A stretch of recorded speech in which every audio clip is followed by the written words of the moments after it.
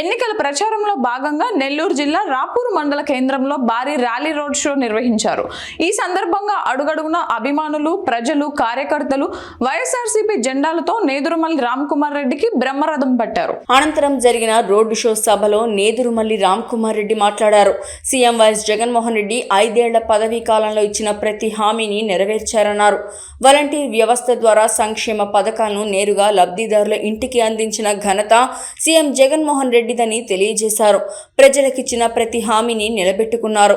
2014 ఎన్నికల్లో 600కు పైగా హామీలిచ్చి అధికారంలోకి వచ్చిన చంద్రబాబు వాటిలో 6 హామీలను కూడా అమలు చేయలేదన్నారు. చంద్రబాబు ఇప్పుడు కొత్తగా రాజకీయాల్లోకి వచ్చినట్లుగా తాను వస్తే మీకు మేలు చేస్తానని చెప్పడం విడ్డూరంగా ఉందన్నారు. మేము కొనసాగించుకుంటాము. రాష్ట్రం మొత్తం మీద పిల్లలు, పెద్దలు, యువత ప్రతి ఒక్కరూ విద్య ఒక కంటిలో చూస్తుంటే రెండో కన్నుగా వైద్యం గురించి ఆలోచించాడు ముఖ్యమంత్రి జగన్మోహన్ రెడ్డి గారు. హాస్పిటల్స్, దానిలో డాక్టర్లు, పరికరాలు అన్ని సమకూర్చారు. ఇదివరకు లేదు. 6 మండలాలు ఉంటే ఈరోజు 107 సచివాలయాలు కట్టాడు. ప్రభుత్వాన్ని గ్రామ స్వరాజ్యం అని పంచాయతీ లెవెల్కి తీసుకొచ్చాడు. సంక్షేమ పథకాలు, మరి అభివృద్ధి పథకాలు ఏమయ్యా అంటే 4 పోర్ట్లు, 10 ఫిషింగ్ హార్బర్లు, 17 మెడికల్ కాలేజీలు, యూనివర్సిటీలు, పరిశ్రమలు, ఇవన్నీ అభివృద్ధిలో భాగంగా మన యువతకు ఉద్యోగం కల్పించే భాగంగా చేస్తున్న అభివృద్ధి పనులు. ఇవి విత్తనాలు నాటడం జరిగింది. రాబోయే 5 సంవత్సరాల్లో ఆ ఫలాలు మనం అనుభవించబోతున్నాం. మీరే చూస్తారు, భారతదేశంలో మొట్టమొదటి స్థానంలో మన రాష్ట్రం ఉండబోతుంది జగన్మోహన్ రెడ్డి ఆధ్వర్యంలో.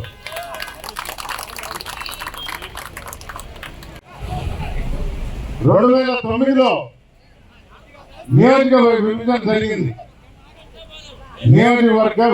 జరిగింది. వెంకటగిరి నియోజకవర్గంలో ఈ రాపూర్ కలవటం జరిగింది 2009లో. ఆ రోజు ఎమ్మెల్యే ఎవరు? కూకొండ రామకృష్ణ.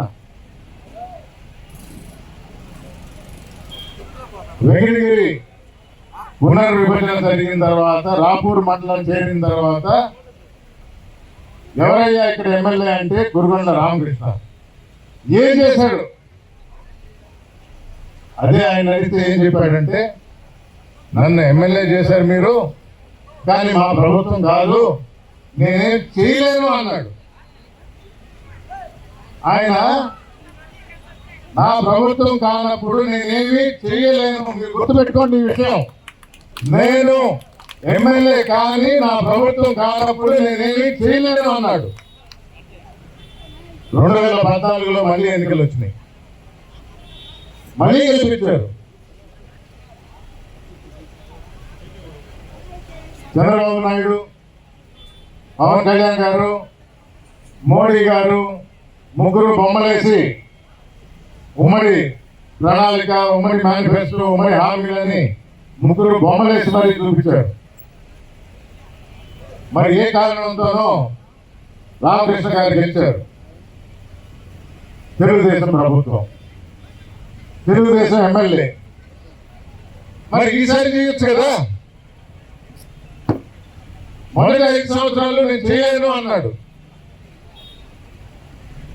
తదుపరి 5 సంవత్సరాలు 14 నుంచి 19 వరకు నువ్వు ఎమ్మెల్యేగా ఉన్నావు. రాష్ట్ర ప్రభుత్వం తెలుగుదేశం. ఆ 5 సంవత్సరాలు ఏం చేశాడయ్యా? ఆ 5 సంవత్సరాలు ఏం చేశాడు?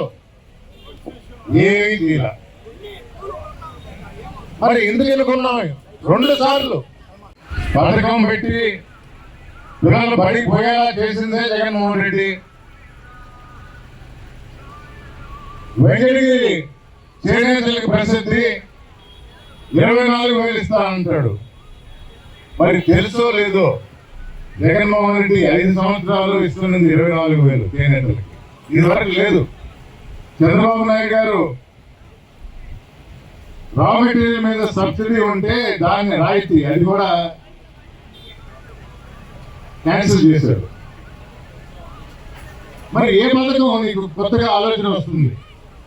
జగన్మోహన్ రెడ్డి చేసిన పథకాలు, ప్రవేశపెట్టిన పథకాలు నువ్వు కొనసాగిస్తావు అంటున్నావు, కానీ నీ సొంత ఆలోచన 14 సంవత్సరాలుగా ముఖ్యమంత్రిగా ఉండి ప్రజల గురించి ఆలోచించలేదు. కొత్తగా ప్రవేశపెట్టిన పథకాలు అలివి కాని హామీలు గుప్పించాడు చంద్రబాబు నాయుడు గారు. రుణమాఫీ అన్నాడు, మర్చిపోయాడు. ఎన్నికలైనాయి, ముఖ్యమంత్రి పీఠంలో కూర్చున్నాడు, ఇచ్చిన హామీ మర్చిపోయాడు.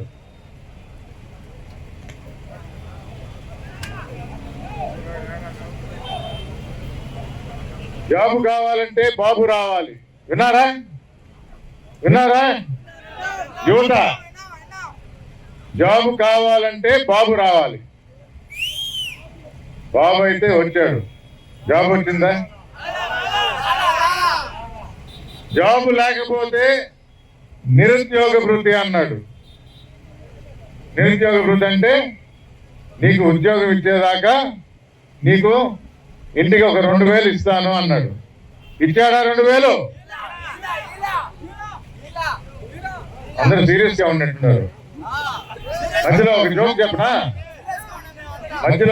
చెప్పనా?